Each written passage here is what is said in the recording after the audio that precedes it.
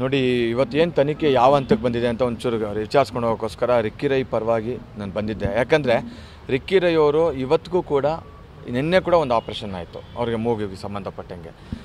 ತಾವು ಕೆಲವೊಂದು ಮಾಧ್ಯಮಗಳಲ್ಲಿ ನಾನು ನೋಡ್ತಾ ಇದ್ದೀನಿ, ಏನೋ ರಿಕ್ಕಿ ರೈ ಅವರೇ ಏನೋ ಮಾಡಿಸಿರೋ ಥರ ಆ ಥರ ಕೆಲವೊಂದು ಪೋಟ್ರೆ ಮಾಡುವಂಥದ್ದು ಭಾಳ ನೋವಾಗತ್ತದು. ತಾವು ಕೂಡ ನಾನು ಇವತ್ತಿನವರೆಗೂ I respected with due respect ನನ್ನ ಮಾಧ್ಯಮದವ್ರಿಗೆ ತಾವು ನೋಡಿದ್ದೀರಾ ಕೂಡ. ನೀವೇ ಒಂದು ಸಲ ಯೋಚನೆ ಮಾಡಿ, ಎಲ್ಲೋ ಒಂದು ಕಡೆ ರಿಕ್ಕಿ ರೈಗೆ ತನ್ನನ್ನು ತಾನು ಹಾರ್ಮ್ ಮಾಡಿಕೊಂಡು ಜೀವ ಕಳ್ಕೊಳ್ಳೋದಕ್ಕೆ ಇಷ್ಟನಾ? ಒಂದು ಯೋಚನೆ ಮಾಡಿ. ಎರಡನೇದು, ಒಬ್ಬ ಮನುಷ್ಯನ ಮಾತನ್ನು ಕೇಳ್ಬೋದು, ಯಾವ ಬುಲೆಟ್ಟು ಕೂಡ ಯಾರ ಮಾತನ್ನು ಕೇಳೋಲ್ಲ.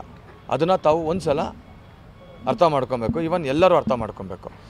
ಯಾರೋ ಒಬ್ಬ ಅಕಸ್ಮಾತ್ ಫೈರ್ ಮಾಡ್ತಾನೆ ಅಂತಂದಾಗ ಆ ಫೈರ್ ಮಾಡೋವಂಥ ಬುಲೆಟು ಹೆಂಗೋಗುತ್ತೆ, ಯಾರಿಗೋಗುತ್ತೆ, ಯಾರು ಎದೆ ಸೀಳುತ್ತೆ, ಯಾರಿಗೆ ಗೊತ್ತು.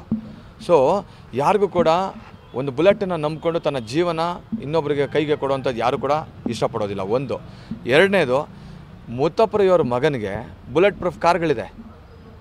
ರೆಗ್ಯುಲರಾಗಿ ಆತ ಲೈಕ್ ಮಾಡುವಂಥ ಒಂದೇ ಒಂದು car black colour Fortuner car. ಯಾವತ್ತಿದ್ರೂ ಅದೇ ಕಾರಲ್ಲೇ ಓಡಾಡೋದು. ಒಂದು ದಿವಸ ಕೂಡ ಆ ಕಾರು ಬಿಟ್ಟು ಬೇರೆ ಕಾರ್ಗಳಲ್ಲಿ ಮ್ಯಾಕ್ಸಿಮಮ್ ಹೋಗೋದೇ ಇಲ್ಲ. ಯಾವಾಗಲೂ ಅವ್ರು ಫಾರ್ಚುನರ್ ಕಾರಲ್ಲೇ ಓಡಾಡೋಂಥದ್ದು. ಇವಾಗ ಹಂಗೂ ಅವ್ರೇನಾದರೂ ಏನೋ ಒಂದು ಕ್ರಿಯೇಟ್ ಮಾಡಬೇಕು ಸೀನ್ ಅನ್ನೋದೇ ಆಗಿದೆ. ಅವ್ರು ಫಾರ್ಚುನರ್ ಕಾರಲ್ಲಿ ಹೋಗೋದ್ರ ಬದಲು ಅವ್ರು ಬುಲೆಟ್ ಪ್ರೂಫ್ ಕಾರಲ್ಲಿ ಹೋಗ್ಬಿಟ್ಟು ಏನೋ ಒಂದು ಇನ್ಸಿಡೆಂಟ್ ನಡೆಸಿತು ಅಂತ ಹೇಳಿ ಒಂದು ಪೊಲೀಸ್ ಕಂಪ್ಲೇಂಟ್ ಕೊಟ್ಟು ಫಾಲ್ಸಾಗಿ ಮಾಡ್ಬೋದಾಗಿತ್ತು.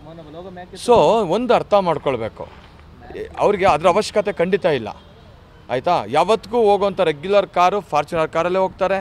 ಅವ್ರಿಗೆ ಆಗಿದೆ ಘಟನೆ, ಯಾರು ಮಾಡಿದಾರೋ ಖಂಡಿತ ಪೊಲೀಸ್ನವ್ರು ತುಂಬ ಚೆನ್ನಾಗಿ ತನಿಖೆ ಮಾಡ್ತಾಯಿದ್ದಾರೆ. ಖಂಡಿತ ಅದನ್ನು ಕಂಡುಹಿಡಿತಾರೆ. ಅವ್ರಿಗೆ ಖಂಡಿತ ಪನಿಷ್ ಆಗುತ್ತೆ. That is no doubt. Because they are doing very honestly, night and day work ಮಾಡ್ತಾಯಿದ್ದಾರೆ. ನಮಗೂ ಅದು ಅವ್ರ